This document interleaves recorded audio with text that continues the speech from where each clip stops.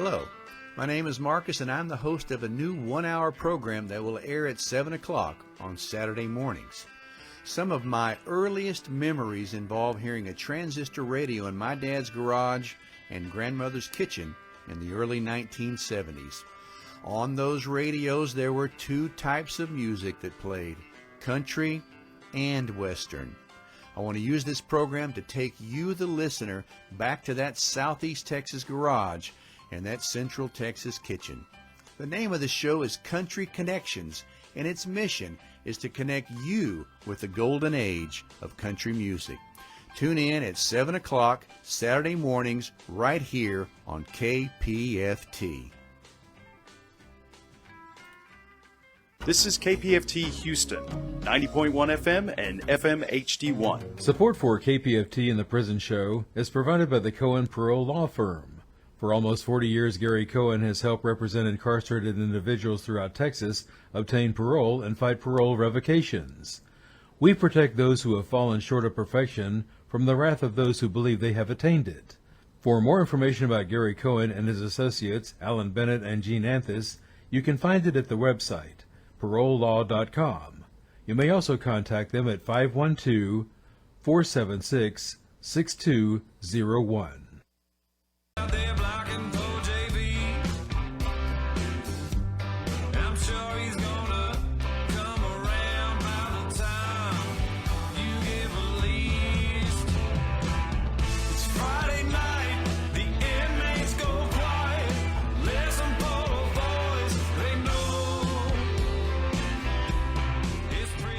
It's time to holler down the pipe chase and rattle them bars, because we're going to do a prison show for you right here at beautiful old, historic old, exciting new KPFT Houston, from the heart of Montrose, where we all hope tomorrow will be a better day.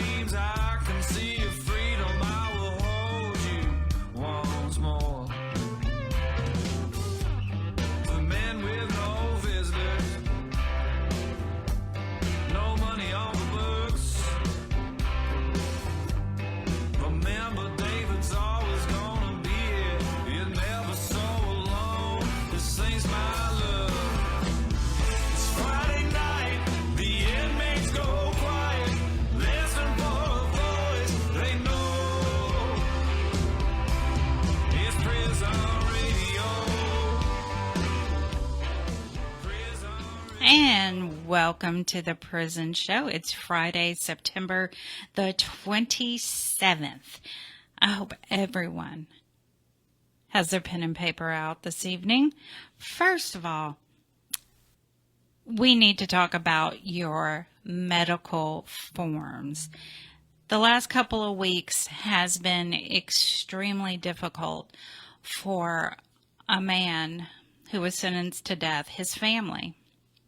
His family, because he did not have an up-to-date medical form, his family has been going through hell trying to get information.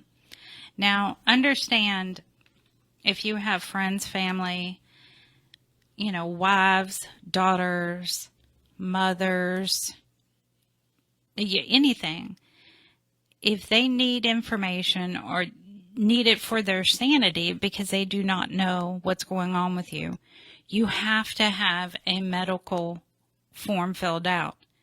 I was told today that you have to put in an I-60 to get a medical form because they're not on the floors, they're not on the pods, the wings. So if you have to do that, whatever you need to do, because people that love you on the outside have to know information, what's going on with you. So please keep that in mind. They're not trying to be nosy. They're not trying to make decisions for you. It's just so they know how you're doing. Y'all should have learned this from COVID. You should have. So please, we saw it firsthand with his family. They could not get information. So please get your forms updated for the people that love you, for their sanity. Okay? Now I'm gonna jump off my soapbox just for a little bit, and I'm going to jump on another topic. We need you to send some I-60s in to Securus. Tell them that you want us on the tablets, because methinks that we're getting the runaround a little bit. Not 100% sure, but it seems like that. People are pointing the fingers at one another. So it would be great if our listening audience, people that we're doing this for, get together, put those I-60s in. The more we have going in to Securus, and yes, we know what they're going to say. We know they said it last time, but do it anyway, please. Please, please, please. We want to get on the tablets.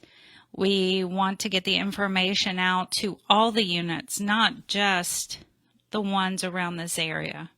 And we all know some of the reception is, some units, their reception is not great. So, now I shall get off my soapbox just for a little bit and introduce our show. Our first guest on the show is Dr. Terri LeClercq. Now, we all know her, right? She's the retired English professor, queen of the Prison Show Book Club, and author of Prison Grievances, When to Write and How to Write. So let's get Terri on the show. Soapbox number 3 coming right up. Soapbox number 3. All right. Okay, you guys, are you reading, and not wasting time in the rec room or zoning out on drugs? Please read. This is advice from your favorite English professor. It's been a while, Dani, since we talked about grievances. You just talked about some I-60s. I investigated grievances and gave you a full graphic novel explaining the Prison Litigation Reform Act and the constitutional amendments and both federal and TDC rules about writing legitimate grievances.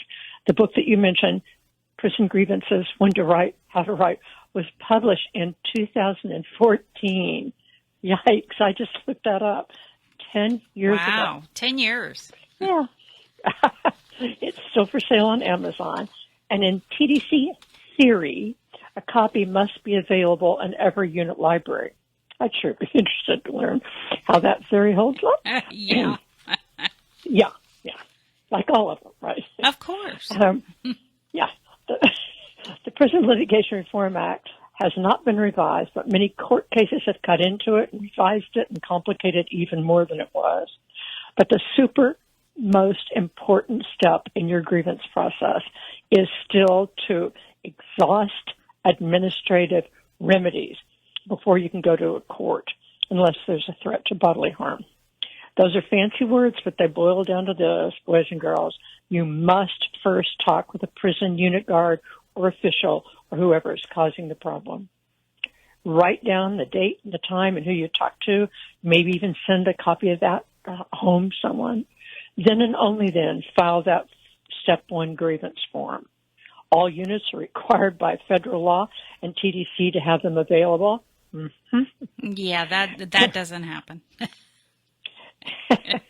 Well, that's another theory out there, backed up by the law. That's one where I'd put it in I-60 to a warden, because if that is a requirement, and I don't see how they get around it like they're doing. Anyway, after carefully writing a Step 1 with names, dates, location, a problem, then turn it in and wait. The wait time limit for a Step 1 is 35 days. That's pretty amazing to me to begin with, but they either have to reply to you or send you notice that they're having to take extra time in 35 days. If they don't, you can go straight to a Step 2. If the answer to your Step 1 isn't what you wanted, then wait. Within 7 days, you can respond with the Step 2. Make a copy of their response. Keep that safe too. Send it home. Remember this. Step 2 is like an appellate court. Step 1 is kind of like a trial. Do not repeat exactly what you said in Step 1. They've got that. Huntsville readers are looking for a legitimate reason to review that first decision. Perhaps the readers took too long, didn't allow witness testimony, broke their own rules, whatever. Consider this. Those readers have piles and piles of grievances to read. Dani, I was in the Huntsville office where Step 2s were being read, and they had boxes and boxes by each desk of these Step 2s. Unbelievable. How long do they have to review Step 2s? Yeah. Well, if they get one, they have to review it, right? They have to read it. Yeah. And they're just, so think how big this place is. So many of them. So now think about this. Which grievance, if you're a reader and you're picking up these things paper by paper, day by day, which ones are you going to look at first and give thought to? Is it going to be something that is written in weeny, teeny, weeny little handwriting, or something that's scribbled real crummy, or, get this, decorated with insults? Mm-hmm. I read a Step 2 that insulted everybody and everything, including the man on Mars, but insulted the reader. That works. Yeah. Yeah, no wonder you're sitting in a cell somewhere, right? Keep your writing legible. Say less. Offer to provide evidence to your Step 2 reader, but don't put it in there. Things disappear in TDC, kind of like the Florida Triangle, don't you think? Absolutely. I was just reading today. A man has had to change units. It has been more than a year, and he still hasn't gotten his things, including my book, by the way. That's happening all across. It's ridiculous. There's several people with that problem. How hard is this? They could put it in the same bus. What is... Okay, this time on Step 2, you wait for your reply. This time, they have 40 days to say yes, no, or gee, we're thinking about it. After getting the reply or explanation, that's going to be late. Then and only then can you think about taking it forth to a court. And really, guys, it shouldn't be something that's just malicious or mean or something that doesn't have anything to do with TDC, like your divorce papers or something. Your problem has to break a law or defy TDC rules. You can't make up a law.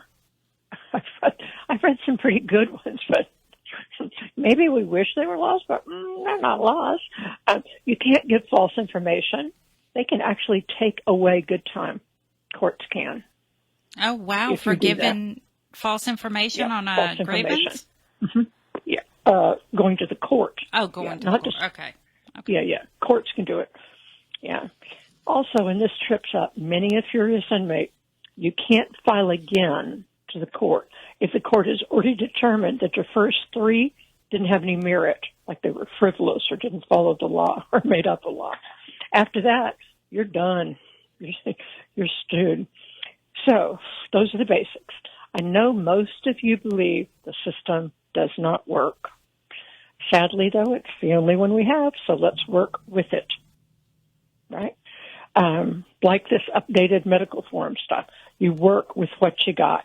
If you have friends and family out there, you need to fill out that form. Work with us. Don't say, I don't want her to know.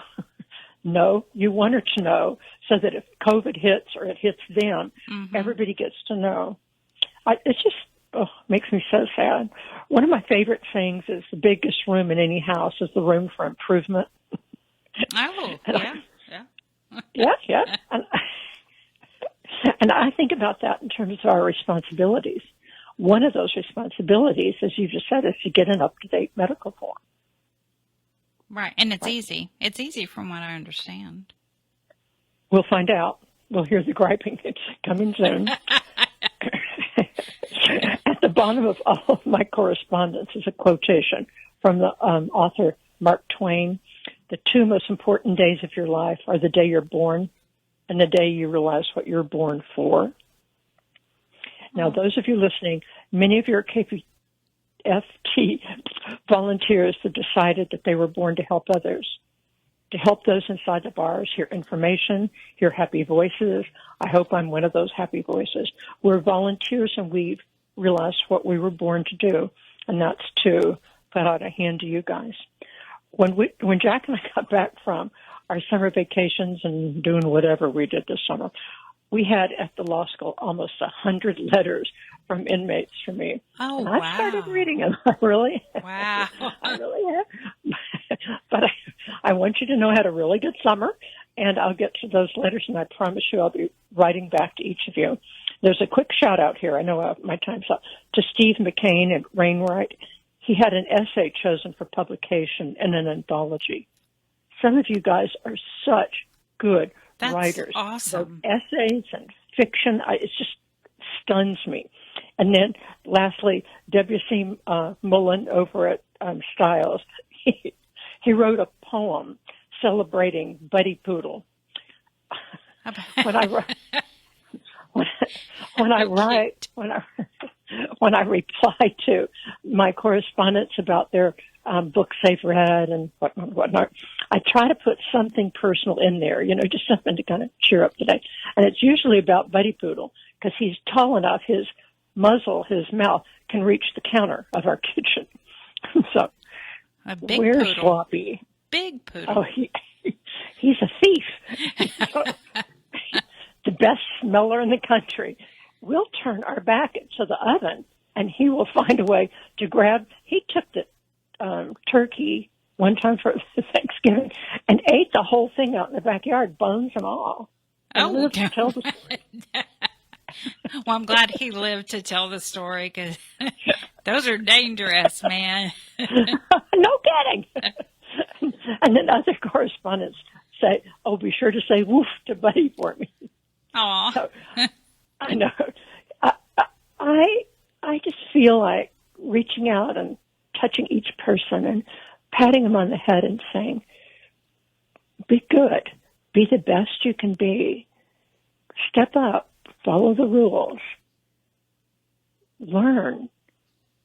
You don't have to be who you were yesterday. You can be who you want to be and need to be tomorrow." So that's it. That's my lecture. Well, thank you. Thank you, Terri. We always enjoy having you. And the grievance thing, you need to give us some more information. Sure. Without There's giving just away too your much book, more. of course. Yeah. I'm sure it's in the unit library. Absolutely. I got a copy of that book. David, I need to get a copy. I need to get a copy. Well, thank you, Terri. I hope you have a great weekend.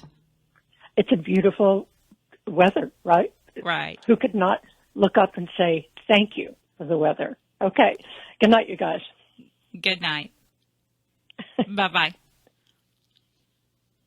Okay, so everyone remember, she even agrees, your medical form.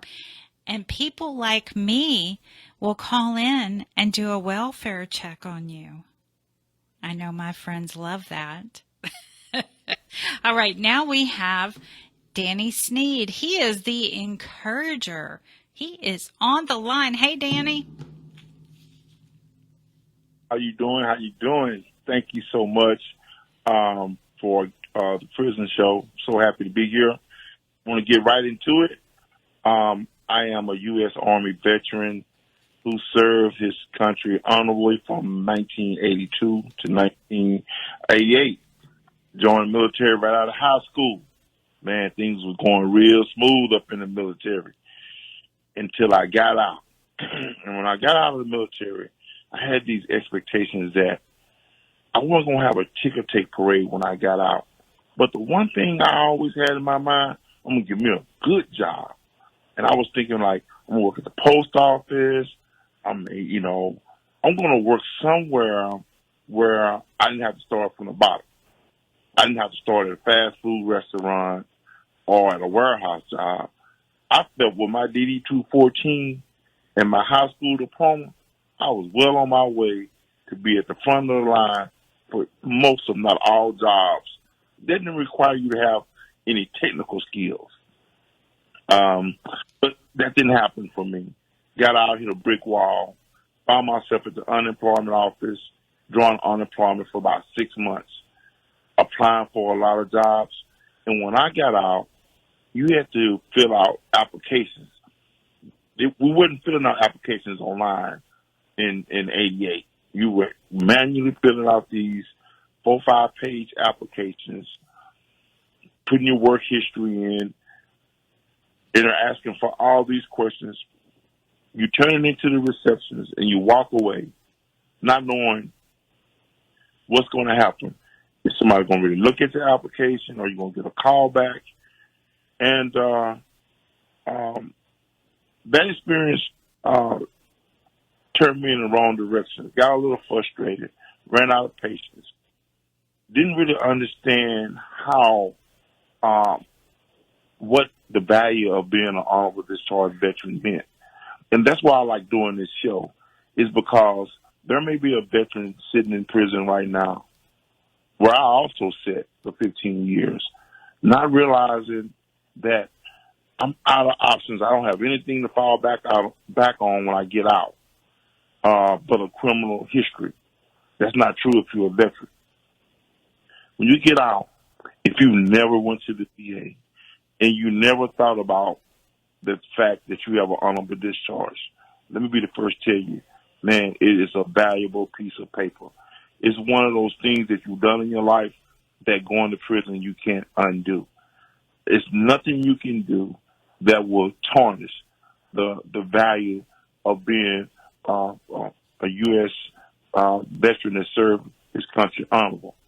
But I even got good news for people that went into service that didn't meet the criteria, may have not made it through basic training. You may have got to your first duty station and got busted smoking weed 2 or 3 times and got kicked out. There's a lot of reasons that they'll put you out the military real fast. And you find a lot of veterans that I meet that didn't really struggle in the military. But now they got this criteria called humanitarian. I mean, I can spell it, but I can pronounce it. Humanitarian. Remember that word. If you didn't serve honorably and you know you got a bad conduct discharge or you didn't do 2 years, you may not be eligible for health benefits. I'm pretty sure you're not going to be eligible for health benefits. But what you will be eligible for is to participate in the Healthcare for Homeless Veterans program. We all know when you touch down, housing is a big issue when you get out of prison. It's probably the largest of all issues, especially if I don't have a parole address. Or if you parole into somebody's house that's just saying, I'm going to give up my address, but you really can't stay here. But you can meet the parole officer here. We already know that story. But here's the good news. Whether you meet whether you are in the humanitarian criteria, meaning that you don't meet, you didn't meet the standards of serving for 2 years and got out with an honorable discharge. This Healthcare for Homeless Veterans program was designed to reduce homelessness among veterans by conducting services that keep you from being in shelters and living on the streets. The goal is to get you in stable housing, permanent housing, regardless of your circumstances. And that will happen if you get out and you're looking for for housing. So if that's one thing you can check out off your box if you're a veteran. Sneed called in, the veteran reporter. Sneed said, hey, when I get out, I don't have to worry about housing. Whether you don't have to have the income to be eligible to get in the housing program. But I talk to guys every week at the Salvation Army waiting to get into the program. And one of the things I remind them is, even though they give you a key and put you in an apartment, you still got to eat. You still got to wash your clothes. You still got to buy washing powder and toiletries.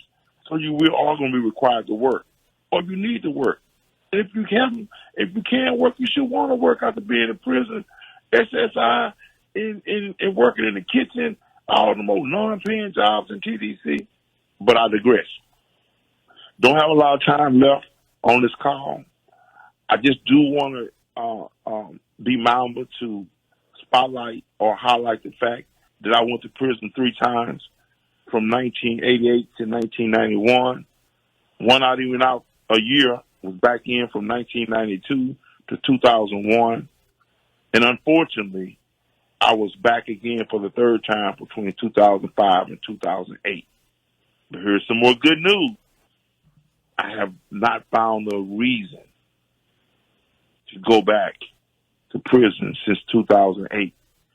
And I only point to one thing, one singular thing that didn't make me go back for the full trip. I have not found a reason to put any chemical in my body to change the way I feel. That's a fancy way of saying is I've held on to my sobriety since I touched down. I don't drink. I don't smoke. But it's a personal choice because I feel that that was a direct connection to me keep returning back to criminal thinking and landing me in the criminal justice system. But everybody at the sound of my voice didn't go to prison behind drugs and alcohol. But I will tell everybody that not dealing with substance abuse, when you get out, man, living clean, man, will give you the best opportunity to avoid being around people, places, and things that can violate your parole or put you back in the criminal justice system. I don't know how much time I got left, but I will tell you this. The idea of getting out paper, what does that really mean? I'm just trying to get out paper. Man, that don't mean that they won't arrest you. And if you get out paper and you catch a case, man, they're still going to look at your criminal history to decide what they're going to do with you. The idea is not to get out of prison. It's to stay out of prison.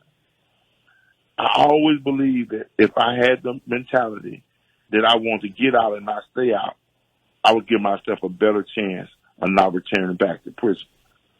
But it's just not the prison I was trying to avoid. It's the mentality, the criminal thinking, the criminal thoughts that I want to change. Hey, So hey, guys, Danny, can you give us your address? Yeah, sure. I want to give you the address to the Michael D. DeBecky. So you definitely want to be able to write. If you're from Houston, you definitely want to write the BA. Michael E. DeBecky BA Medical Center. It's located at 2002 Holcomb Boulevard. That's Houston, Texas 77030. I'm gonna say it again slowly. Michael E. DeBecky VA Medical Center, 2002 Holcomb. It's spelled HOLCOMBE Boulevard, Houston, Texas 77030. And if Danny, you give me a chance, I'll give my address. Go ahead. I can be at Dani Sneed, 2019 Crawford Street, 2019 Crawford Street, Houston, Texas 77002. That's Dani Sneed, SNEED, a.k.a. the Encourager, a.k.a. the Veteran Reporter. My smile is my style. Thank you, Danny. Thank you very much. I hope you have a great weekend. I'm going to continue to listen to the show. Love you guys. Love you Thank too. You for your service. Bye-bye. All right, now we have Chivas on line 1. Hey, Chivas. Peace and power. Again, y'all already know this is our hour. Greetings to all of you from around the world. Thank you for tuning in tonight from wherever you are. No matter if you're in SEG, listening from the tablet, maybe somewhere in a transport van getting back to the unit and listening to KPFT 90.1 FM from the back seat. We're happy to be in community with you. Let me say this real quick. If you're listening tonight, donate $5. Donate $10. If you got an Andrew Jackson in your pocket in your bank account, donate $20. It's In Mass Incarceration Fridays. And I'm Chevis Watson, your In Mass Incarceration Houston reporter. Also the executive director of Austin-based service agency Working Group 512. We are located in Abilene, Dallas, Houston, San Antonio, and Austin. I'll give my address, forward an address at the end. Ms. Dani, David, Captain Tom, Ms. Linda, all of our listeners, I wish I could be in studio tonight. I wish if I could just be in the Jetsons area, and just transport there, I would. You know it. Would love to be sitting next to you, Miss Dani. But I am down in the Delta, calling live from Columbia, Mississippi, where we, with TPCA and the 85 to Stay Alive campaign, are at the Redemption Over Retribution Conference here in Columbia, Mississippi, where we are advocating not only for Texas, but also the state of Mississippi, where only Unit 30 at the Parchman unit has AC. All the rest of the units do not have AC, and the Justice Department has already considered this as unconstitutional. We've had a great time, Tomorrow morning we will have dozens of students and youngsters who will be coming to the mock sale so we can really see what's going on. Why young boys are thugging. Why young girls may not be opening up to their parents. From live right down here, down in the Delta. But guess what? Those events don't stop there. They surely do not stop there. On Tuesday, October 1st, we will be, or rather, Tuesday, October 2nd, we will be at St. Edward's College in Austin, Texas, for our TPCA Heated Mock Sale and Exhibit event.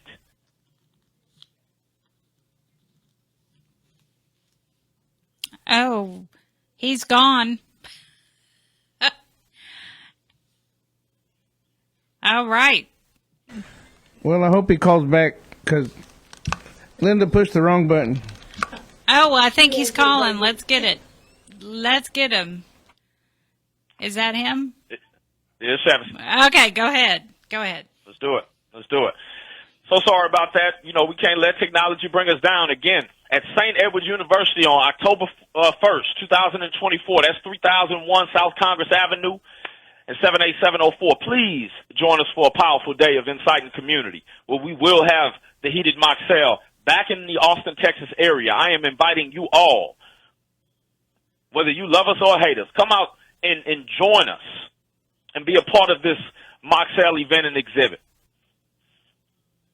It'll be an interactive day where we'll be talking about the prison conditions in the state of Texas with conversations along with other advocates and persons with lived experience. Food and drinks will be provided at the evening portion of this event. Ms. Dani, that event will be from 12 p.m. to 8 p.m., again at St. Edward's University in Austin, Texas. We won't stop there. That same week, we'll be joining Tangi Smith with the Texas Federation for the People, as well as Damian Walker with Cognitive Justice International for the Peace Pop-Up. Ms. Dani, last time I was here, we were talking about the Peace Pop-Up and how successful it was. Well, it's coming right back around at Sunnyside Park. That is in Southwest Houston. 3502 West Belford, Houston, Texas, 77051. We will be out there from 11 a.m. to 6 p.m. And even though it's a peace pop-up, we will also have the mock sale there. And we want you to bring your children. We want you to bring your brothers and sisters. We want you to bring your recently released loved ones. There will be live artists sharing their artistic talent. But we will be there inviting you to take the 7-minute challenge with me, with Dr. Amit, and some other formerly incarcerated individuals that know what being in the hole in solitary confinement is just like. Ms. Dani, please come out. Ms. Linda, please come out. David, please come out. We would love to have the prison show represented. And then that doesn't stop. We've got a busy October coming up. That last week of October, on the 26th and 27th, catch us in the Rio Grande Valley. If you're in McAllen, Farr, Edinburgh, or Brownsville, we invite you to come out. We're still confirming the address, the location. So next week, I'll jump on, or the week after, I'll jump on for shout-outs, and I'll share that. But put it on your calendar, October 26th and 27th in the Rio Grande Valley. 85 to stay alive, not 85 to survive, but 85 to stay alive and staying busy. Staying very busy. Let's move on.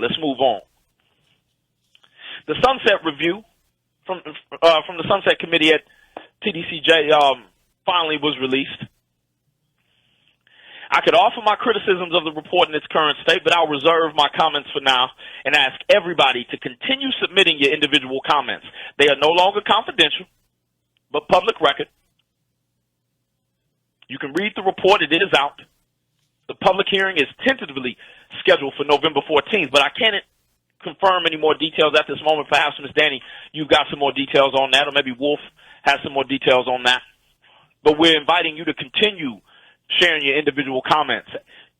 Again, I won't offer my criticisms right now. There's still more work to do. But we need you to continue being transparent and open with the agency so they can know how you really feel. I want to remind all of you, our brothers and sisters on the inside, our loved ones on the outside, Working Group 512 is providing referrals to free, no-cost health care through the Affordable Care Act via a 2-minute link, a 2-minute form, not a 5-minute form. If you are uninsured, please reach out to us at 512-953-3982 or 3980. Whoa. Repeat that slow. Again, if you are uninsured, let's say you're overpaying for insurance. Let's say you're paying but you're underserved by your insurance provider. Please give us a call at 512-953-3980. You can also reach us at 832-598-1347 so that we can share that application via a link with you. If you are running your own organization and you would like to help your clientele and your community and your network gain free, no-cost insurance for those who are uninsured, please reach out to us via those numbers. We can create a custom link where your folks can access the application directly. We are still traveling all around, providing free tablets with data service and an unlocked SIM card, as well as free cellular devices, cell phones with mobile service. We must do the application in person, so if you need us to come by, again, call those numbers and we can plan for it. We have to do the application in person, and you do need valid, unexpired identification, driver's license, permanent resident card, or a U.S. passport. And we also need that to be a physical copy. And we also need a physical copy of your award letter or your case action notice.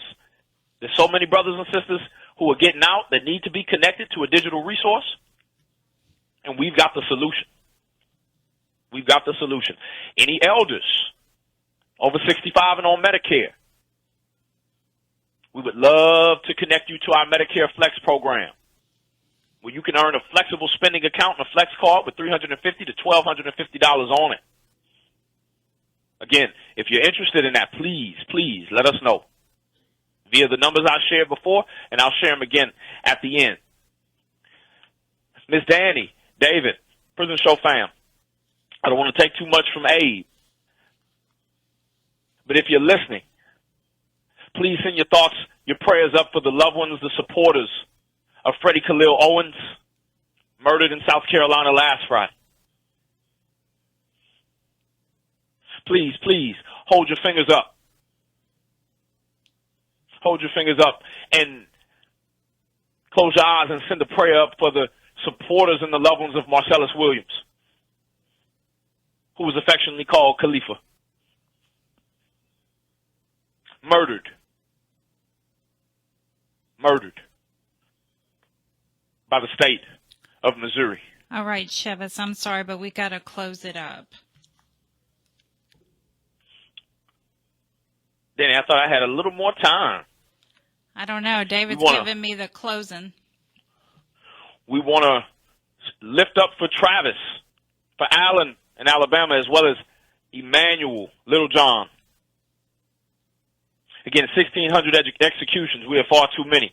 Violence intervention. We are working on it in San Antonio. We're working on it in Houston. Again, please let us know if we can get in the middle of any youth violence.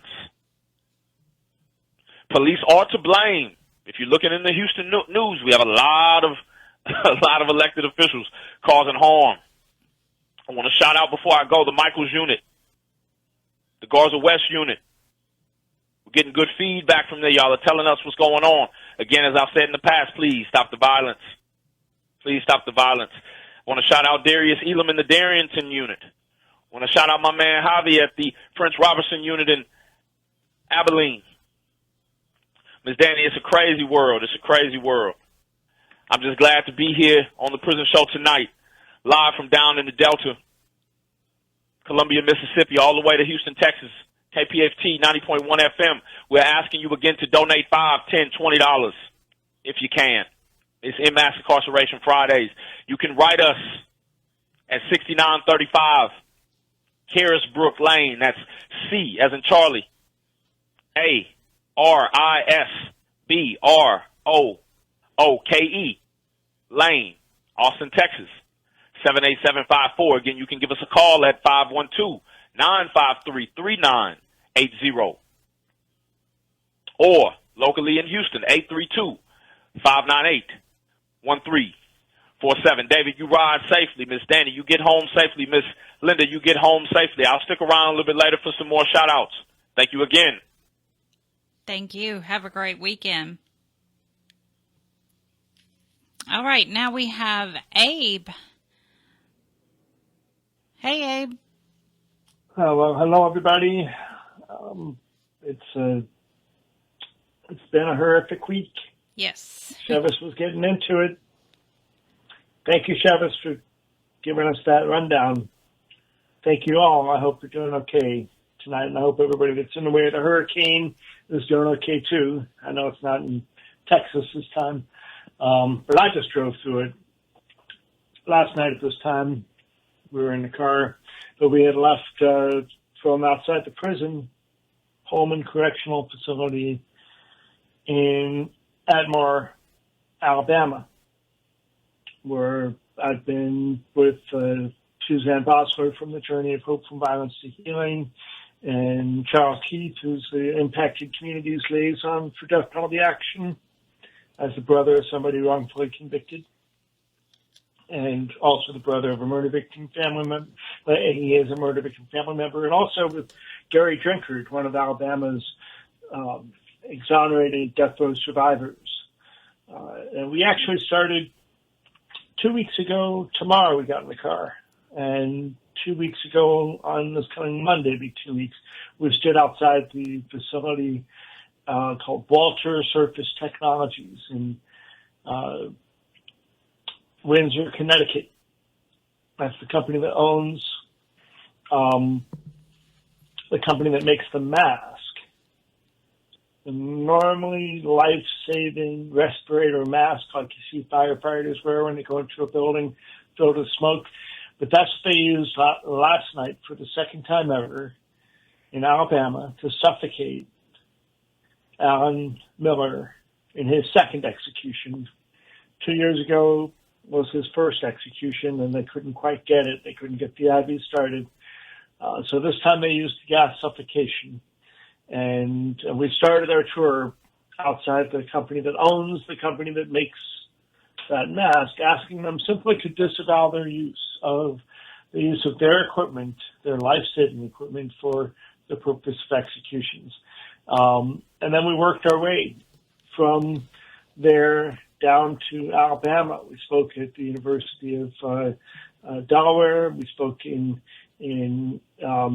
several colleges and universities in the Washington, D.C. area before we made it to Alabama. On the way to Alabama, we stopped and we did our live virtual vigil for the execution of Khalil Freddie Owens in South Carolina. We could go tonight, as Chivas mentioned. And then we went on and we spoke at the University of Alabama in Huntsville and in Birmingham and in Tuscaloosa, and with students and in classes, just informing people of what's happening. And that put us in place to also run those virtual vigils as they killed the legal lynchings. Both Travis Mullis, who himself called it an assisted suicide, he was killed on Tuesday evening, and rightly so, and more power to him as he could take advantage of that opportunity to escape the space that he was in, if that's how you choose to look at it. But also Marcellus Khalifa Williams in Missouri. Now, this is where it really turns the key a little bit, because, as I like to say, every time that there's an execution like that, where it's so clearly wrong, it's so clear that there might have been a mistake made, what they're doing is they're creating more death penalty abolitionists. Even among those who support the death penalty, people raising their eyebrows and wondering what is going on. And the same thing is the case with Emmanuel Littlejohn, as Chivas was mentioning, and that has also woken people up, because Emmanuel didn't kill anybody. And we know that because the witnesses said it was the taller, darker guy. Well, the taller, darker guy, Glenn Bethany, got a life sentence. And even though the prosecutor chose to prosecute both men with separate juries, and in both cases said this is the shooter, and got a death sentence for the guy that wasn't the shooter and a life sentence for the guy that was.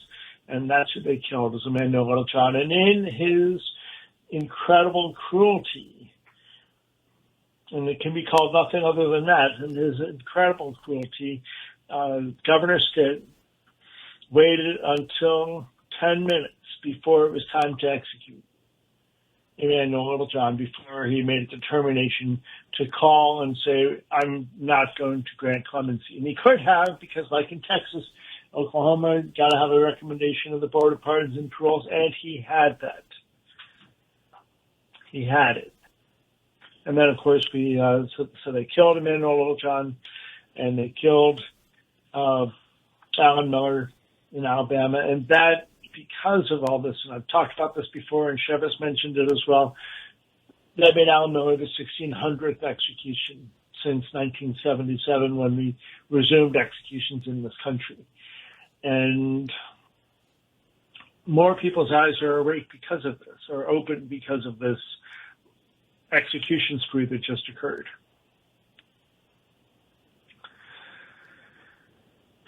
And I got to tell you, I'm exhausted. Literally just got back from being on the road. We left from the prison yesterday, and we drove overnight and most of the day today to get back home. So I was actually dozing off, and it was Chivas' voice that woke me back up and made me remember it was my turn to call in. So I'm grateful to Chivas for that as well. And I know that I'm not alone in being so exhausted and tired of this. And yet, 4 more days from now, we've got Garcia White there in Texas, ready to be executed again. And then Derek Dearman in Alabama on the same night as Robbie Robertson. And if we saw what we saw in Oklahoma and in Missouri with the execution of people who did not commit the crime, and we saw a group like the Innocence Project, with all the money and all the lawyers and all the power that they have, and they couldn't stop the execution of Khalifa in Missouri, will they be able to convince Governor Abbott to grant clemency for Robbie Robertson?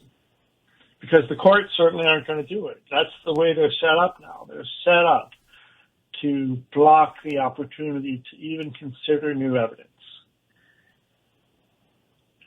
That is the situation that we are in. And it's terrifying. And in the same space, I want to offer some good news. And this is in no way to ameliorate what I've just been talking about or what is coming down the pike. But the fact is, yesterday, in between the execution in Oklahoma at 10 a.m. Central Time and the execution in Alabama at 6 p.m.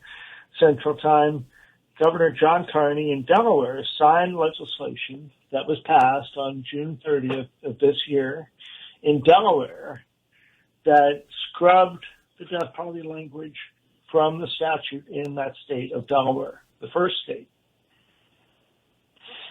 They passed a bill because 8 or 9 years ago when the Hearst ruling came down in Florida, which made it so that you had to have a unanimous jury. That was, the Delaware Supreme Court took a look at their statute, said this is no longer constitutional, and threw it out. And what we were able to do this year was scrub it from the statute. And we still have to pass a constitutional amendment that's still in the plan in Delaware. But the good news is that Delaware now has the governor signed that bill. And that's a governor that did not support the bill, but he signed it. And we got the pictures to prove it. And that's sort of exciting. And that's good news. What we're still waiting for, and the thing that we all have to work for, is opening the eyes of other people like Governor Abbott, like Governor Ivey, like Governor Parson, like Governor Stitt, like whatever the governor's name is in McMaster in South Carolina. 4 states have tried to resume executions this year. They haven't had them in over 10 years.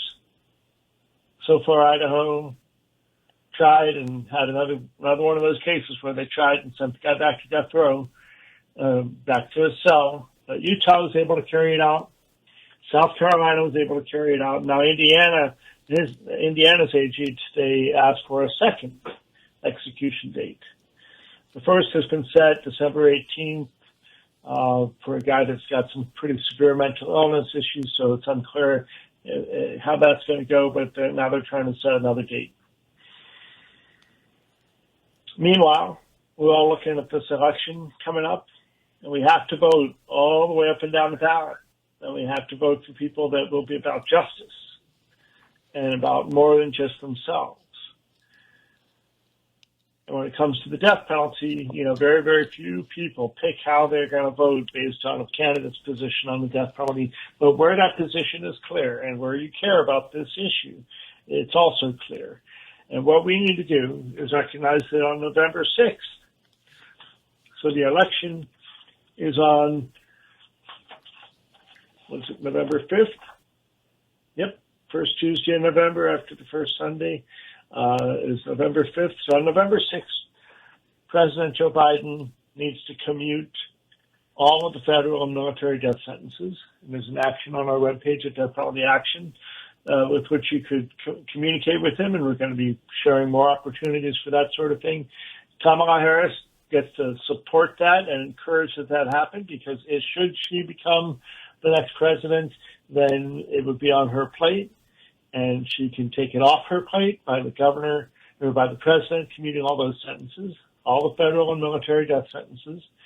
And should Donald Trump win the presidency, then Joe Biden can take away the opportunity for him to carry out those executions. And because that's number one on his agenda, is finish executing everybody on death row and try to get more executions going in the states. So it's exhausting, and we're sick and tired of being sick and tired, but we have to keep up the work. We have to rest and strengthen ourselves, because there's more executions coming this year, and it's going to get harder. Reach me at Death Penalty Action at P.O. Box 89 in Ghent, G-H-E-N-T, New York, 12075. That's Abraham Bonowitz, Death Penalty Action, P.O. Box 89, Ghent, G-H-E-N-T, New York, 12075.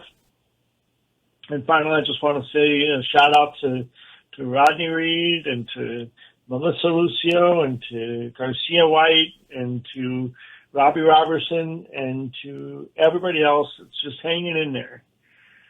Know that you are loved. Know that people care. Know that we're doing everything that we can. And God bless you all.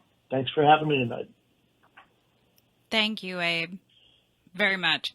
And really quick, Abe, did you hear that some of the legislators went to Polanski today to see Robert?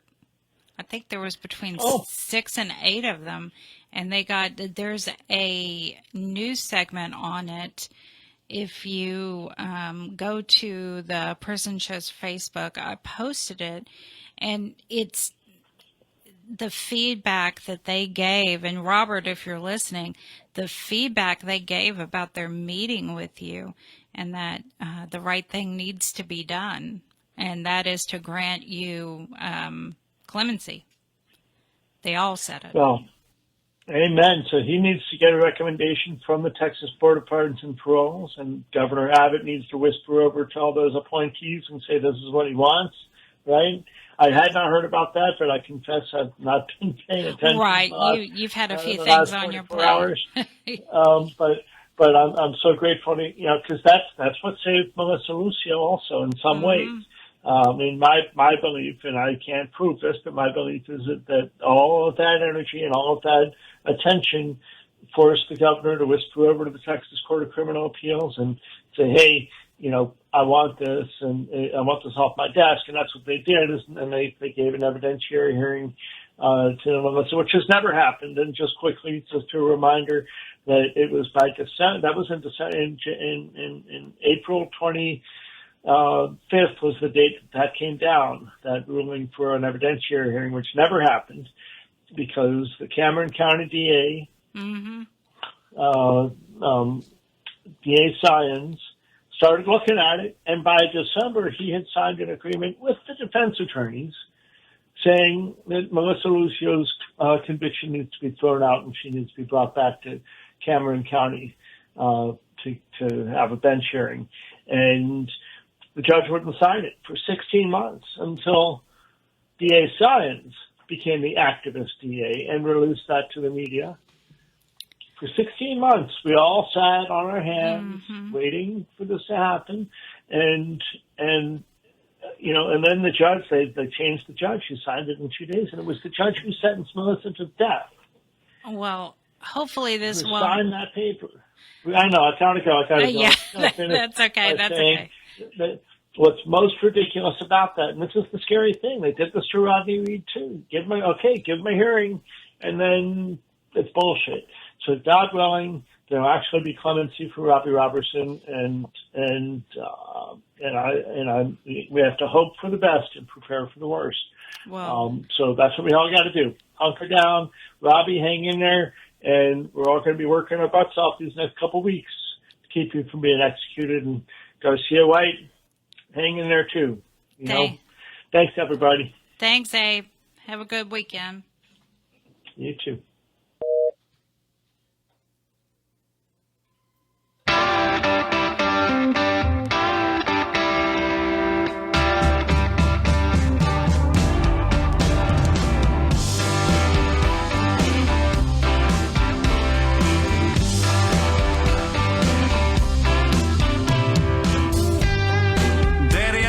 See you at visiting hours next week.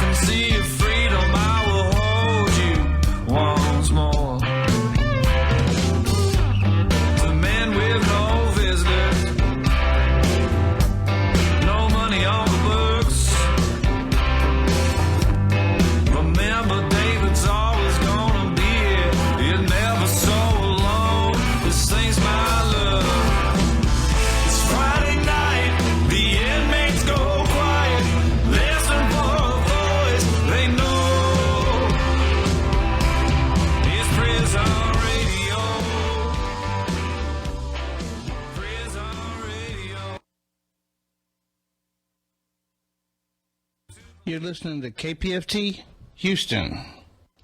Support for KPFT and the Prison Show is provided by the Cohen Parole Law Team.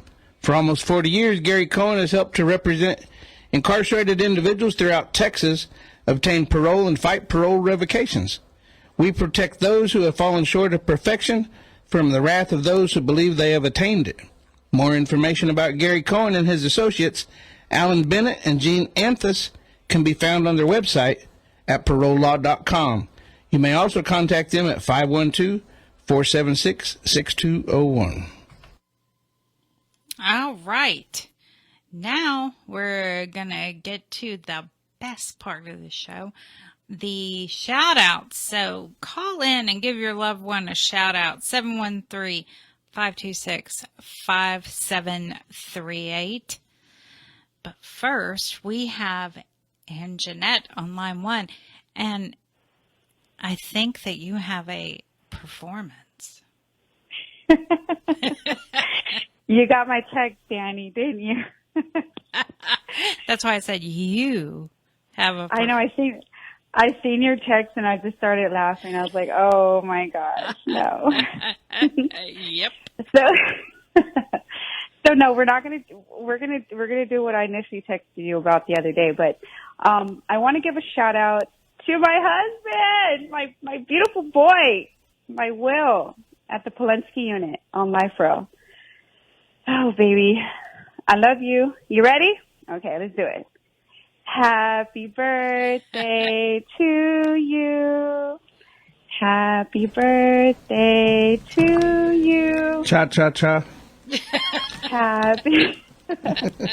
Happy birthday to baby Will, sweet boy.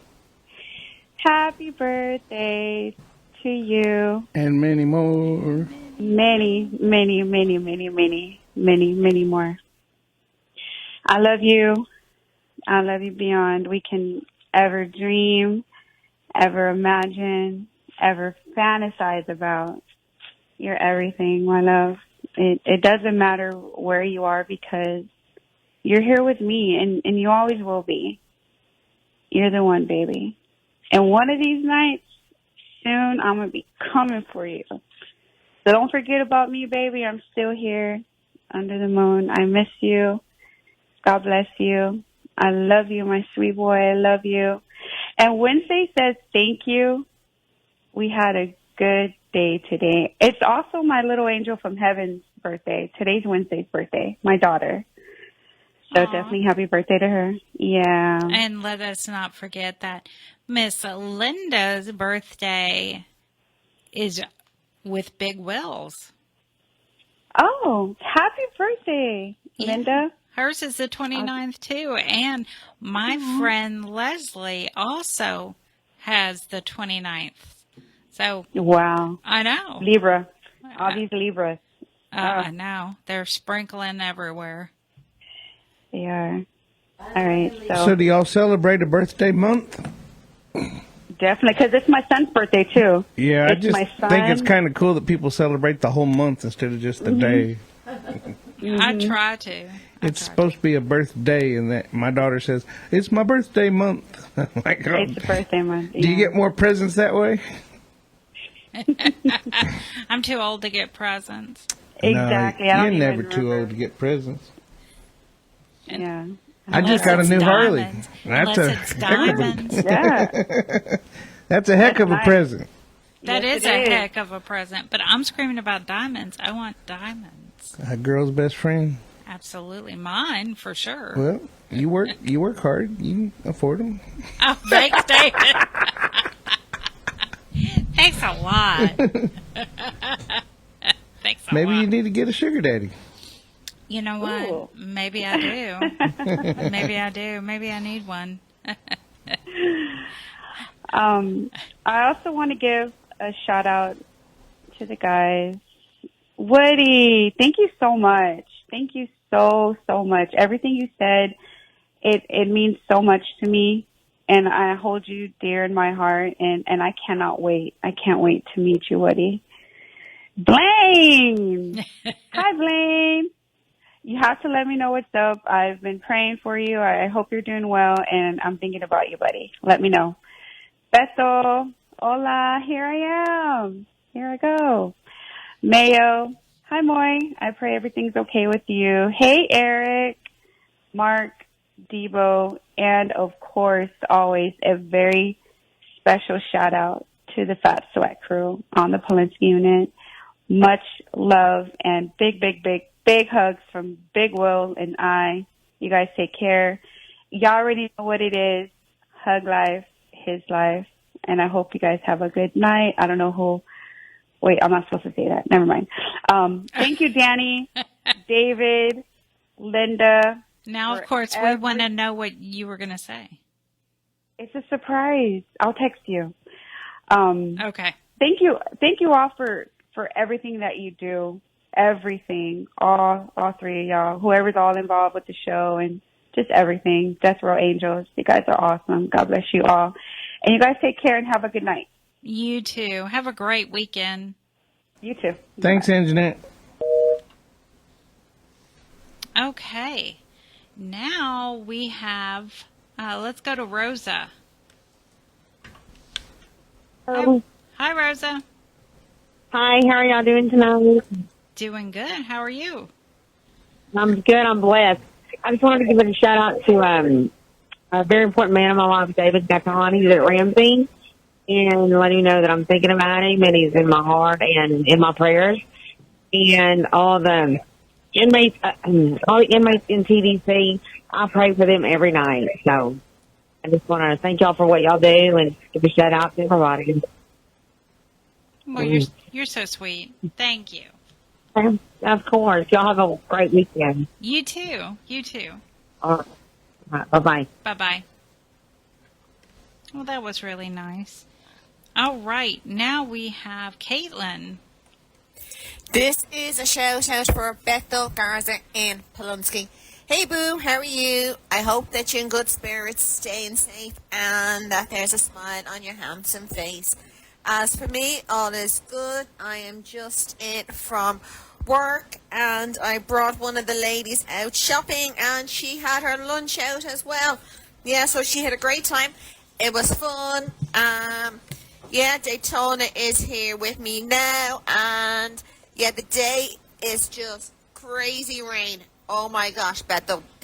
It rained and rained and rained and rained some more. The rivers, I should say. The road is like a river. Yeah, so yeah, it's pretty crazy the last 2 days. Yeah, really, really bad rain.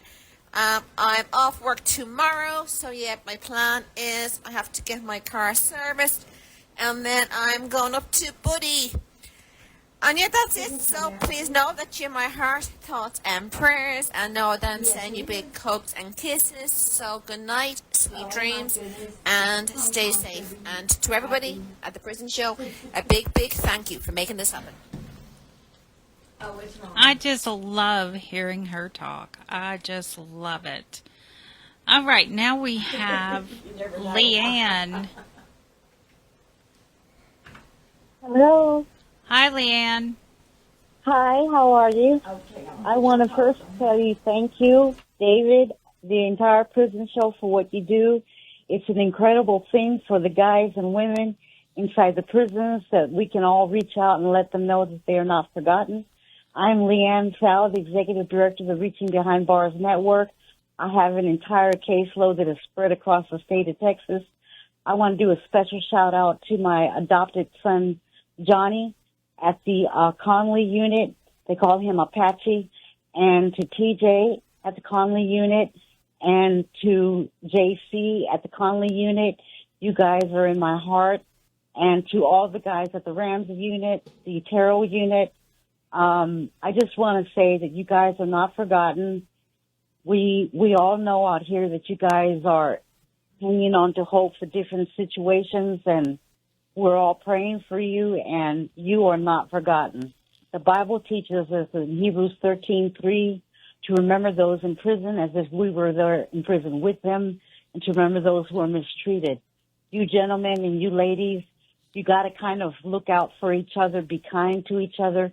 Remember that you're all in the same situation, as far as being incarcerated behind bars. And there's a lot of organizations, advocates, and networks out here that support you. And just we hope that you can stand on faith, those of you that are believers, and stay encouraged that you are not forgotten and that you are cared about and that you are greater than your worst mistakes. Thank you again. God bless you all. You know who I am, those who are in my network. I'm here for you. I'll talk to you on the phone. Thank you all at the prison show. Thank you, David. Hey, Leanne, what's the name of your organization? It's Reaching Behind Bars Network. I work with the prisoners across the state of Texas and several units. I do their parole presentations, and I also work with them in the reentry aspect, preparing them. When they come home, I put together welcome bundles for them, clothing and stuff like that, and they're just so much in my heart. They know that I stay on call to 10 o'clock for prisoners' calls. I begin my calls with them at 8 in the morning, 7 days a week. And part of it, the greatest part of it, is the encouragement and, of course, their mail and reminding them that they are not forgotten, that they are worthy of love, dignity, respect, and keeping them intact with their own sense of humanity and walking along the others that are with them to, look out for each other, be kind to each other, and when you can, share with each other. Because there's a whole lot of people out here that jump in the ship of trying to support them, lift them up, and help them stay encouraged. And I only have 3 minutes, but I thank you so much. I thank you so much for what you all do. You guys are a blessing. There are a lot of people that have told me. I had one call me tonight, Miss Leanne, what is the number of the radio station? I told him of FM radio, KPFT, and if you guys can correct that number so those that are looking for it on their radio dial. Well, we're 90.1 in Houston, but we're 91.9 down in Huntsville, and if you're in Galveston, we're 89.5. So. Okay. And I want to thank you for texting me earlier today, and I want to let everybody know that you will be back on the show on October the 18th. October 18th. That's wonderful. Do you mind giving a contact address? Yes. The phone number is 346-515-7590. I get calls from all over the state every day from families. And, I speak Spanish and help them. I steer them toward a lot of families that don't speak English, don't understand the prison system, the navigation, and I work with them on that too.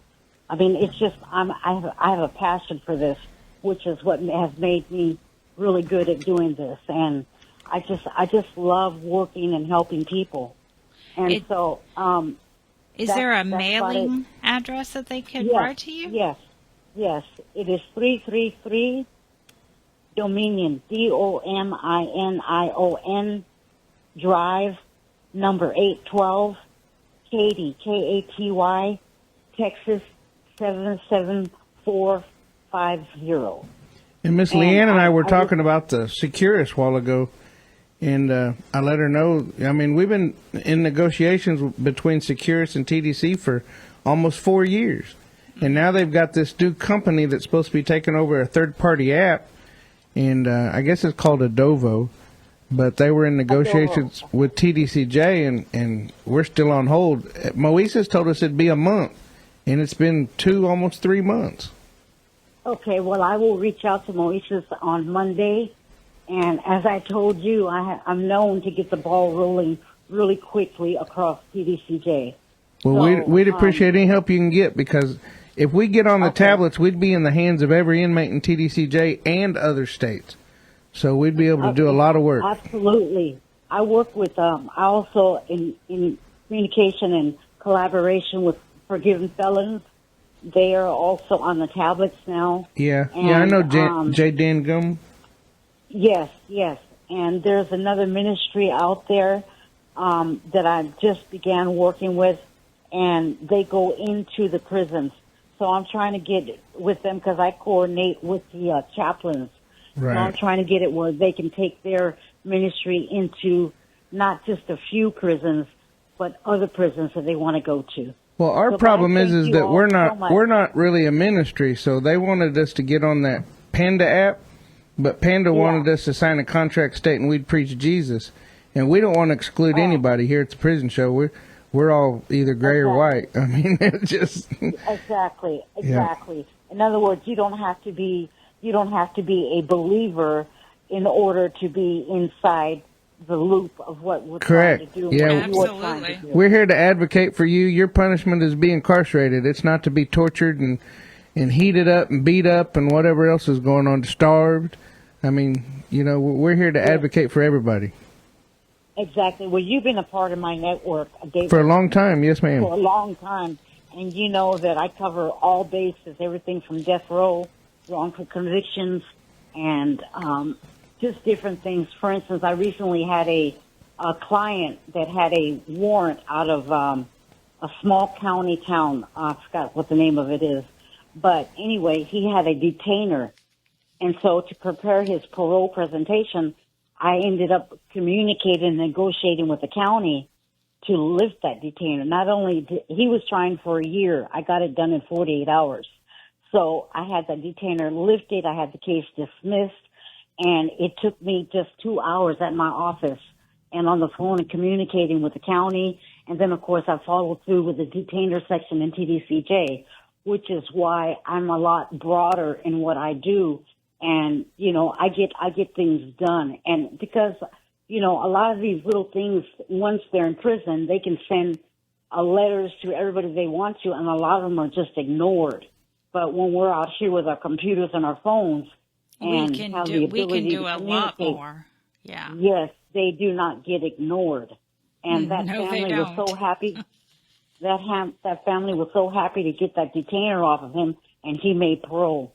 I just got a guy out on parole on a 50-year sentence a week ago, and it's just amazing. And the difference between what I do and what a lot of other alternatives do is not only I remind them that they are humans, and families out here do not always have the resources to pay thousands of dollars for what can be done with communicating with the prisoner, and also on the communicating in from your office, preparing things the parole board needs to see for these people. Mm-hmm. So that's what I do, and a lot of people across the state in the prisons, they know me as Miss Leanne, and I mean I get mail every day. Well, thank you, Miss Leanne. You're welcome. We appreciate you, and we look forward to you coming on October 18th. Okay. Well, thank you all for what you do. These guys and girls in there, they need this, what you do. They need this. And David, I will get on the ball with this, you said Adobo. I will get on the ball with Moises Monday. Thank you and so to you much. guys listening to the radio station, hang in there. I mean, we're with you, and you are not alone, okay? All right. Bye-bye, Miss Leanne. Good night. Thank you. All right. And now we have Leslie on line 1. Hi, Leslie. Hey. Oh, y'all put her on hold. Hang on, Leslie. There we go. Hey. Hey. Happy Friday, everybody.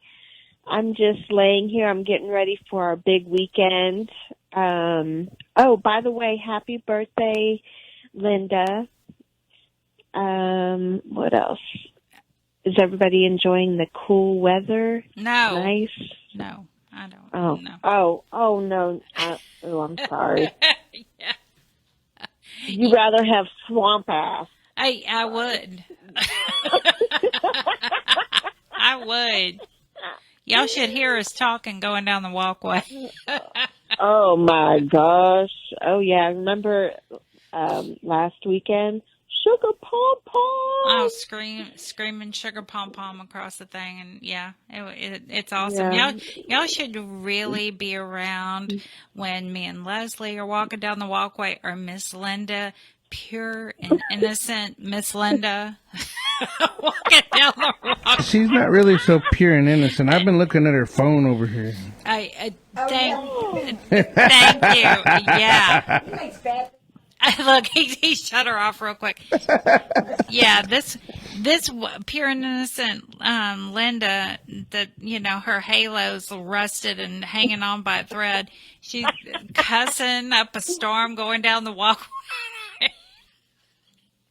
And we know what's in her nightstand. Yes.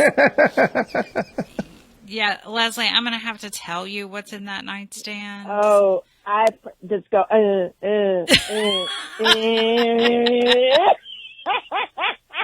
Yeah, they have a song about it.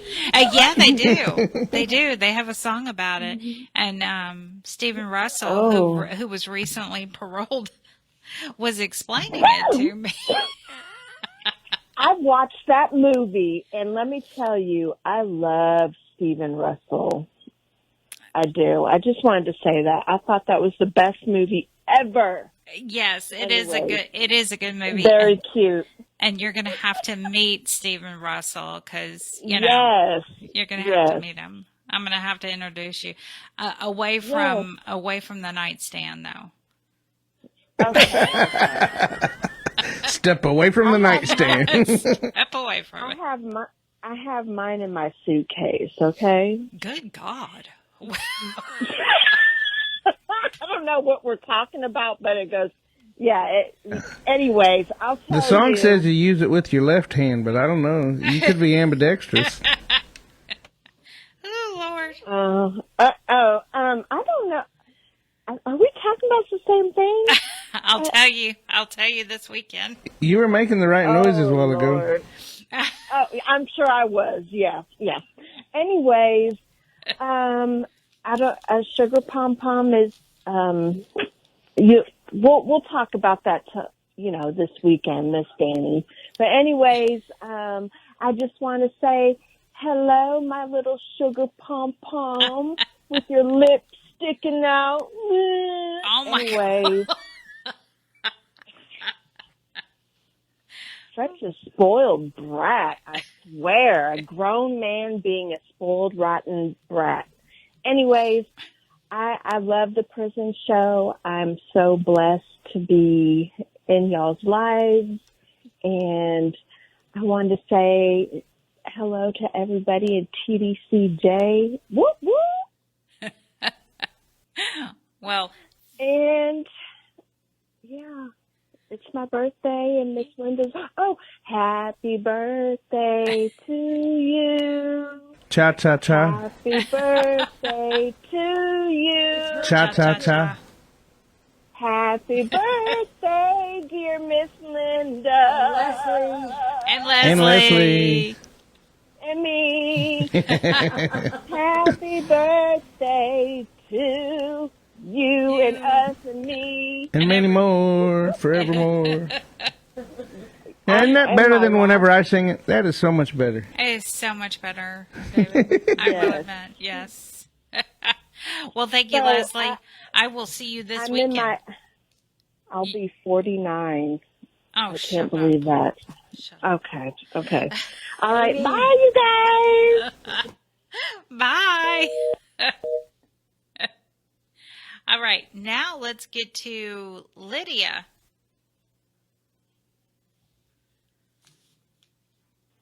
Hi, Lydia. Hi there, Dani. Hi. How are you all? I hear that you guys are celebrating Linda's birthday. Absolutely, we are. For what? For the whole week? Yes, for the whole week. Yes. Absolutely. For the whole week. I'll tell her happy birthday for me. But I just want to give a shout out to my son and tell him that we're good, that we're having some beautiful, cool weather. It's nice. It's I think it'll be up in the morning. It'll be 69, but then it gets like 97. for the day. We're still hot here in the valley. Yep. But that's about all, mijo. There's not much going on. I don't know if you spoke with Frank. I'm sorry I missed your call when you called back. I stopped at Walmart and I didn't take my phone with me. I didn't know you were going to call again. But I want to give a shout out too to Big Will. I give him a happy birthday. William Spear, and tell him he's thought of and in our prayers. And tell the guys hi. Say hi to the guys. You know who you are.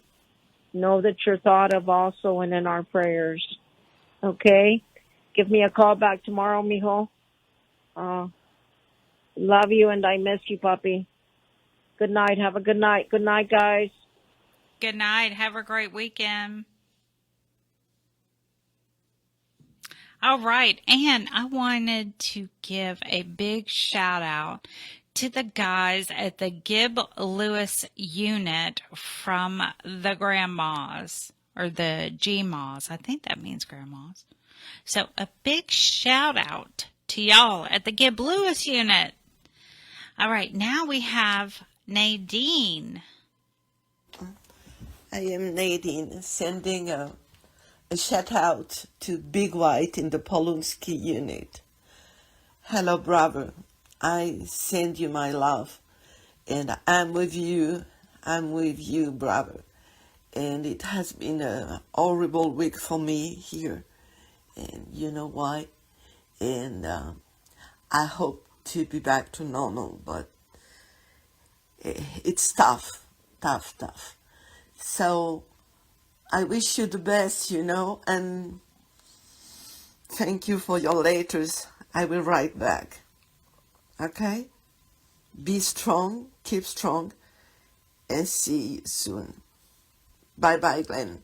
Bye-bye. I love you. All right. Great big hugs, Nadine. We love you. All right. Now we have Lupe. Yes, hi. Hi, Lupe. Can you hear me? Sure. Hi. Yeah. Well, first of all, let me say happy birthday to Linda.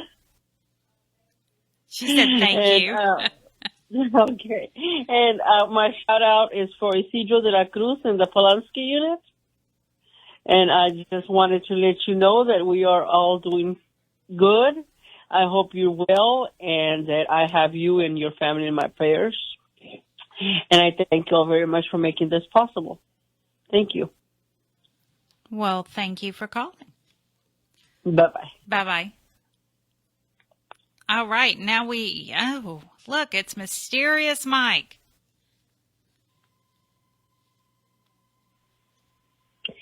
Hello, this is Mysterious Mike doing his shout-outs for the prison show. Here's my shout-outs to Guys of Texas, Guy Alexander, Jamie Cuppett, Stephen Russell, Stephen McGee. Shout-out for Philip Perez. Lucy Michelle want me to do a shout-out for Paul. Shout-out for Jovan, Matt, Thomas, Edward Reeves, Adam Wilkerson. Shout-out for Haas. Shout-out for Oz. Shout-out for Keith Money. Tasha wants me to do a shout-out for Payday. Shout-out for Aaron Vasquez. Shout-out for Curtis Robertson. Blaine Milam. Shout-out for Bill R. Sims. Wayne Lee Cart. And a special shout-out to Clarence Lee Bowman. Hopefully you're doing much better. And hope everybody starts enjoying some of the fall weather coming up. And now back to the prison show. All right. And don't forget, if you would like to write to Mysterious Mike or the prison show, we can be reached at 226 Chipmunk Trail. And that's Shepherd America 773. Is that 71? I drew a blank, David. 77371. Okay. I did it right. All right. Yeah, but it's the only town in America. It's Shepherd America. I know. That's true. If you just put Shepherd America, it would automatically go to David's house at 226 Chipmunk Trail. So there you go. All right, now we have Patty. Polinsky unit. Hey, mijo. Hope you're doing okay. Keep smiling, papi. Tia loves you. Just want to say hi, mijo. Anthony's doing okay. Maybe we'll go fishing Sunday. We still haven't been able to make it out, mijito. The boat is working great, but we just haven't been able to go. Tio's been working a lot. Anyway, I tell him I'm going to catch that 20-footer. Yeah, right. Anyway, Amanda's doing good. Estamos bien, hijo. We went to see AJ's football game. He didn't play a lot. They lost. It was 14-8. And Brandon played his first game over there in Houston. They also lost by 1 touchdown. But, oh, well, you got to win some and lose some. But it teaches them, mijito. It teaches them responsibility and, a lot of stuff. It teaches kids to, that life isn't just about winning. Sometimes you got to lose some. Teaches, team effort, a lot of stuff. So I'm glad that the boys are playing. Getting ready for the quinceañera, David, for Sophie. And they're doing, everybody's doing okay. And that's really about it, mijo. I'm going to go to my 40th class reunion. So I guess I'm pretty old now. But I feel great, mijo. I feel great. But it's 40 years. Can you believe that, mijo? But I feel great, mijo. I should be going back up to Houston to see the doctor that did the transplant on my bowel. On the 26th, I believe. Yes, the 26th. I love you. I miss you. Hugs and kisses, mijo. If you remember, Grandpa also September 19th passed in 2011. So I was at the cemetery for a while. On another note there, Aaron Stone is ready. They're just waiting for the bronze to come in. So I'm glad about that. After 7 years, mijito, I'm finally going to be able to put Aaron Stone at the cemetery. I love you. I miss you. Good night, puppy. All right. Thank you, Patty. All right. Now we have Melissa. It's Melissa from last week. I just wanted to give a shout out to the guys at Jester 3 Unit who graduated today from the Cognitive Life Skills. And a special shout out to Kenneth Foster, who heard me last week. And I just want to say congratulations, guys. I'm so proud of y'all for what y'all have accomplished this last couple of months. Well, you're awesome, Melissa. And Linda and I were talking about you at dinner tonight, and you're fabulous. And we cannot wait to get more involved with your programs.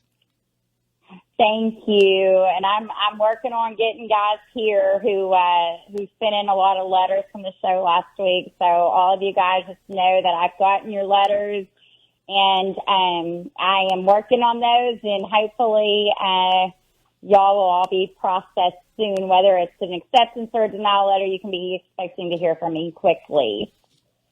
All right. Well, thank you, Melissa. Thanks, Dani. Have a blessed night. You too. Have a great weekend. All right. You too. Bye-bye. Bye-bye. All right. So Alicia on our feed, I can't find her other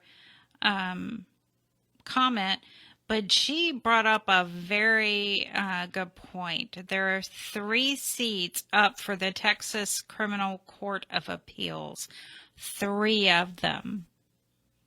So we need to get out and vote. Let's get some bipartisanship in there. please. And remember, they make the decisions. So remember to get out there and vote. And or have your people get out there and vote.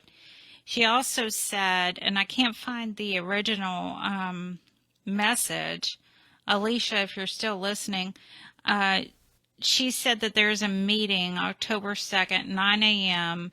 I can't remember what committee it's for, but it's at the CCA room 106. And it's a commission that I think the Texas Judicial Commission, if my memory serves me, which, I mean, I'm sure anybody that knows me, my memory pretty much sucks. But if you want more information about that, tell your loved ones and they can definitely contact us and we'll get them to the right place. And Linda, I know you have some shout outs. I do. Okay, I want to send some shout outs. Joel White, Michael Moyers, Thomas Miller Elm, Paul DeVoe, William Owen Sr., Jaime Cole, Franklin Davis, Will Spear. Happy birthday, Will. Cedric Marks, Robert Satterfield, Robert Solis, Lucky Ward, Ronald Haskell, William Hudson, Juan Balderas, Sugar Pom Pom. Hope you're doing good tonight. William Hudson, Juan Balderas, Blaine Milam, Paul Story, Walter Sorto, Robert Roberson. I want you to know, Robert, you're very popular today. You're all over Facebook. Yes, he is. Yes. Britt Ripkowski's, Charles Hill, Dwayne Buck, Tyrone Williams, Charles Ray Thurman, Iron Thunderhorse, Curtis Robertson. Hey, Curtis, how are you doing? Stephen Curry, Eugene Broxton, Marcus Drury, Troy Glover, Bill Sims, Paper Cup at Estelle, Mitch at Titan at Estelle, Ken Decker, Gregory Allen at the Dieball Unit, Jedediah Reed at the Luther Unit. Good night, guys. You'll have a great week, and talk to you next week. All right. Kenneth Decker, I did get your message about the ice, and I did email the warden. He was very prompt in his reply, and he said that there was going to be ice available to everyone who needed it. Now, I don't remember when you sent that email to me, and as I've been realizing it for a while now, some of my emails are getting either not sent to me in time, for whatever reason. I got the message out there. Anyone at the Estelle unit, Joshua Glaze, I hope whoever's listening maybe can let him know I'm doing everything I know to do, and it's rough, man. It's hard. It's hard. Same with Colton over there at the Estelle unit. We're working on it. We are working on it. Now, earlier I mentioned the medical forms. I think we've mentioned it quite a bit tonight, but that is due to Brian Davis, who is on death row. He's currently at the hospital getting some needed medical care. We don't know exactly how everything will shake out, but what we do know is there is undue hardships on the family when those medical forms are not filled in, not turned in. So please make sure those are done. It does take a little time to get those forms back and get everything, everything associated with everyone, because you can put more than one person. Don't think you can't. You can. So make sure you know that too. We cannot emphasize this enough. All right. So my shout outs, of course, big shout out to Sugar Pom Pom. I just have to start that out. My best friend, Farron, one of my best friends, Farron, big shout out to you. Big shout out to Britt Rapowski and Robert Solis, T, of course, King Big Head. Blaine, you haven't answered my e-message. It could be because I just sent it about 10 minutes ago. But shoot me one back. Or better yet, call me. Daniel Ramirez. Hey. Big hey. Michael Ferguson missed your call several times. Sorry about that. Larry at the Huntsville unit. And, of course, Ken Decker, I've mentioned you. Joel White. Hey, Joel White. How you doing? Brian Bolt, Jay at the Win unit, of course, Joshua at the Estelle unit, Bull at, he's no longer there. Let me take that off. Ooh, he got shipped. Midget Titan and Paper Cup at the Estelle unit. And, of course, Rexalicious. Yes, Rexalicious and CJ. Big shout outs to y'all. Earlier we were, Linda was chit-chatting with Stephen Russell, who got out, as everyone knows, because he's called in a few times. And he was saying that he was sending emails to a bunch of different wardens and staff members who were, who he felt treated him pretty good, but he wanted to let them know that he's out and being very productive. Very productive. So he was giving the staff members shout outs. Speaking of staff members, one unit in particular, I kept calling someone, emailing them, no response. Come to find out, they were walked off. Yep, walked off. Didn't even know. And there's been a lot of walk-offs lately. I don't know what's going on, but all right, now we have Mr. Jason Wysong. I assume it's... That's me. All I saw was Jason. I was like, I hope it's Jason Wysong, because I was telling my friend who's at the Ellis unit about you, to give you a great big hi tomorrow. Are you going to be there tomorrow? I will, yes.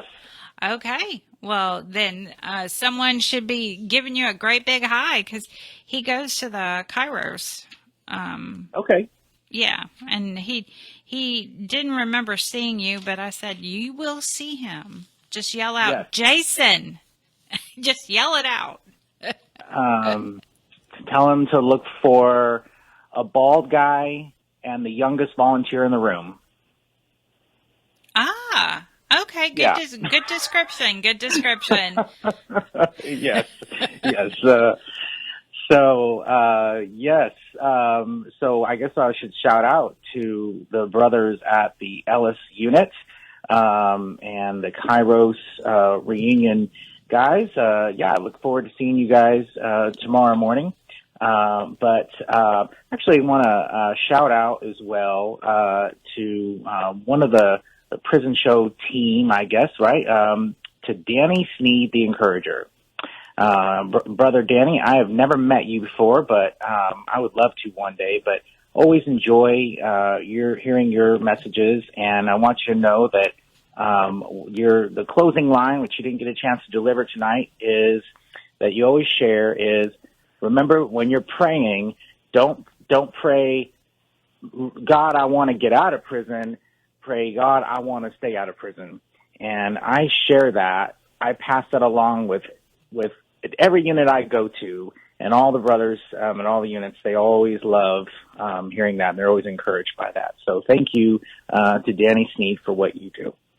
And while I'm also shouting out to, again, some of the folks on the other outside, I want to thank the Prison Show for introducing me to Melissa Emerson, who I just spoke with today, and we're going to be working on some new mentor programs, potentially at the Carol Young unit and possibly over in the Jesters as well. So very exciting for that. Shout out to the brothers at the Walls unit. Guys, I'm sorry we did not get to meet last weekend because of the lockdown. I just received a message from Chaplain that you're still on lockdown, unfortunately, and I think it's been a couple weeks. So we're praying for you extra because we know how that goes. So hopefully we will get to see you again next month. And as well, shout out to my brothers at the Ferguson Unit Trustee Camp. And I forgot last time I said this, but as well to a brother that I guess you could say I'm mentoring through correspondence to the brother over at the Federal Unit, to Jeremy Rodriguez. I did just get your message, and hey, I'm here to help, and whatever I can do to help you, I'm happy to do. And finally, for my mentor moment for the night, I always again try to think of what would be an encouragement to all of you, to men and to the women who are listening. But I want you to remember that as I encourage you, you also can encourage one another and are called to encourage one another. If you think about it, a candle doesn't lose any of its flame by lighting another candle, right? So it doesn't cost you anything to encourage someone else who's having a hard time. As the good book tells us, and to let us consider how we may spur one another on towards good deeds. And that's from the book of Hebrews 10, verse 21, and therefore encourage one another and build each other up, just as in fact you are doing.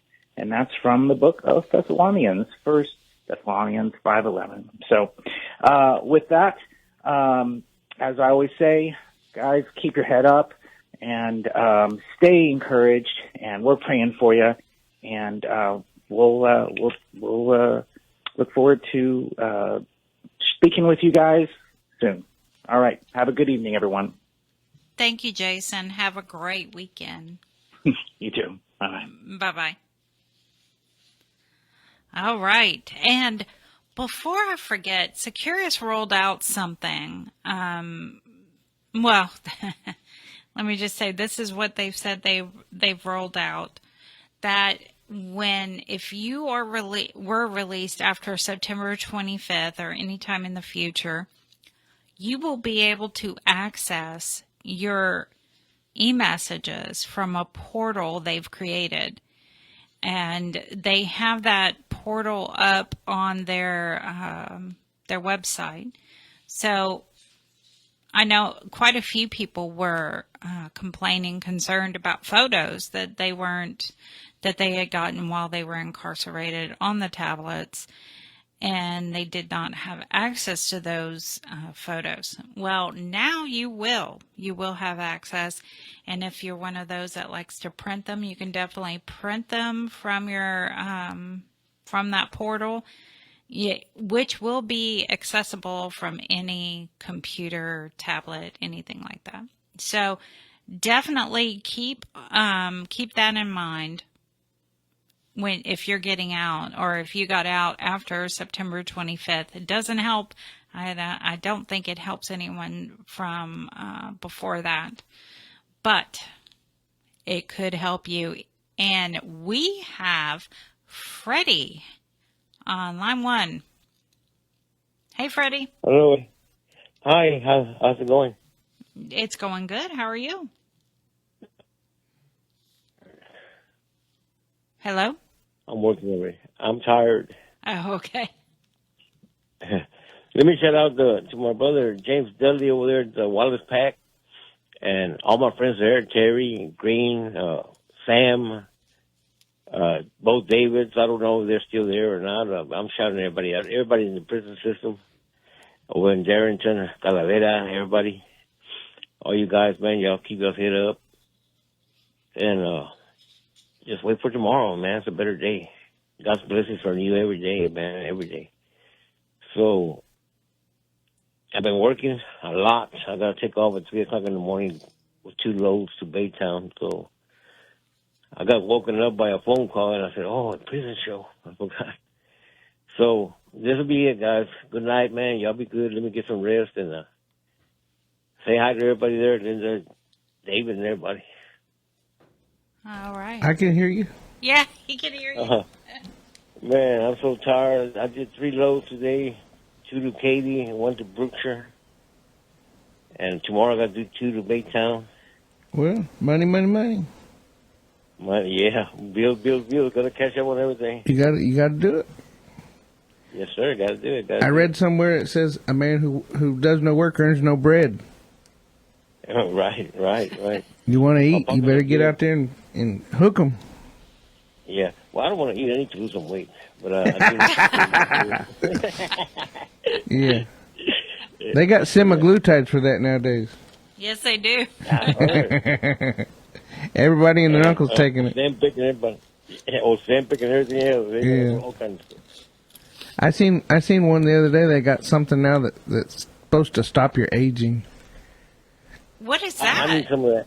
Yeah, everybody needs some of that, don't we? Everybody's like, what? Yeah. Yeah, I was watching on the news or something today, and they were talking about the new fountain of youth, and it just like Ozempic and all that stuff. It was designed to be like a diabetic drug or something like if you get a kidney transplant or something, it's supposed to help your body not reject the new kidney. But they found that the secondary side effect of it is it slows aging. Wow, we need to buy some stocks into that. Yeah. I know. Yeah, I don't know. They were talking about all these millionaires and billionaires that were taking it, and I don't know. I think that if the good Lord meant for us to stay around forever, there really would be a fountain of youth or something. I don't know. Well, that's the reason he let us get old. That way we get tired and be ready to go somewhere. Okay, guys. Hey, y'all be good, man. I got to get up real early. All right. You take care and be safe out there, brother. I will. Bye-bye. All right. You got any more news? I got some silly stuff, I guess. You know that Chrisley lady we were talking about? The Chrisleys that yes. I don't know. It seems like she got a new sentencing thing or something. I wonder who she had to give up. I don't know, but it was on the news today because I was looking at the stuff for Florida. I was trying to find out, because of the hurricane, I was trying to find out if they evacuated any of those prisons. And because, the criminal justice industry tends to not do that a lot. But I saw that she actually was back in prison, and her daughter, Savannah, was very upset about it, that they made her go back. Well, she must not have given them enough information. She must not have. Yeah, I hate to be that way, but I mean, I don't know. It's just so unfair. I mean, they got a little bit of money or whatever. They get a little bit of publicity, so they get a break. I mean, you do your crime, you do your time. Absolutely. Yep. Did you see that article? I did not. Yeah. I mean, it's starting more and more. It said the article I sent Dani was it's solidarity from solitary and beyond. It's starting more and more that all the guys on the inside are actually stepping up and being advocates. They're advocating for themselves, and that's good. I know it can be kind of TDC can look at it as if you're organizing against the rules or whatever, but I really don't think they can stop you from being an advocate, and all you're doing is writing and communicating with somebody that's on the outside that has a platform, right? Right. Just like what Brittany does and what Leanne does, and I mean, that's good, and that's what we need. We need voices from the inside, and that's why we ask you guys all the time to write your family and have them call us. We need you to talk to Securus for us. I know Securus, they wrote you back and said stop emailing them, that they're aware of what's going on, but I don't know. That's when you double down Yeah. and do They're it. trying to put you off so you stop, but they need to hear that you want to hear the prison show. And if you're having a hard time, I remember whenever I was down there, I had to buy a dipole antenna and stand on one leg and stick my tongue out and all this other crazy stuff. And people were taking wires and making contraband antennas trying to pick the show up. There's no sense in that. You guys got tablets. We're on every podcast platform that you can imagine. We're on YouTube. You can watch us or you can listen to us, either one, if you could get that. And what was the name of that antenna pod or something like that? And you said some of the guys have it. Well, we're on that one too. So all we have to do is get it approved to where you can see it. So there's just no reason why we can't be on the tablets. No, and remember, we're out here advocating for you, and sometimes we have to keep doing it double time. So that's what we're asking. So if you guys send an I-60, I don't know who your Securus rep is, but ours is Moises Guerrero. So put his name on there. And that way he'll know that you heard us on the prison show and you want to hear us on the tablet. Because we know that little old FM app, that doesn't cut it. You guys can't hardly even pick up a local radio station, let alone the prison show. So Leanne said that most of her guys have radios. I know a lot of older guys that have been doing time a long time, they still have radios. But a lot of the newer guys, they don't have radios. And if you're in the transit facilities especially, you don't have radios because there's no place for you to plug it up. You don't even have a table, and you don't have a cell. You're in a dorm with everybody else. So the tablets are very important. Absolutely. So I guess we're about out of time. We're waiting on DJ Rico Black to come in with the Housetonians. He got a little bit of jams going on. He'll be able to carry me home. I'm on that new bike. It jams pretty good. Last week he was playing some good stuff for me, and he said he was going to play some fast stuff so that way I could keep up. So thanks for tuning in, guys, and I hope you have a good weekend. Enjoy this cool weather. Have a great weekend.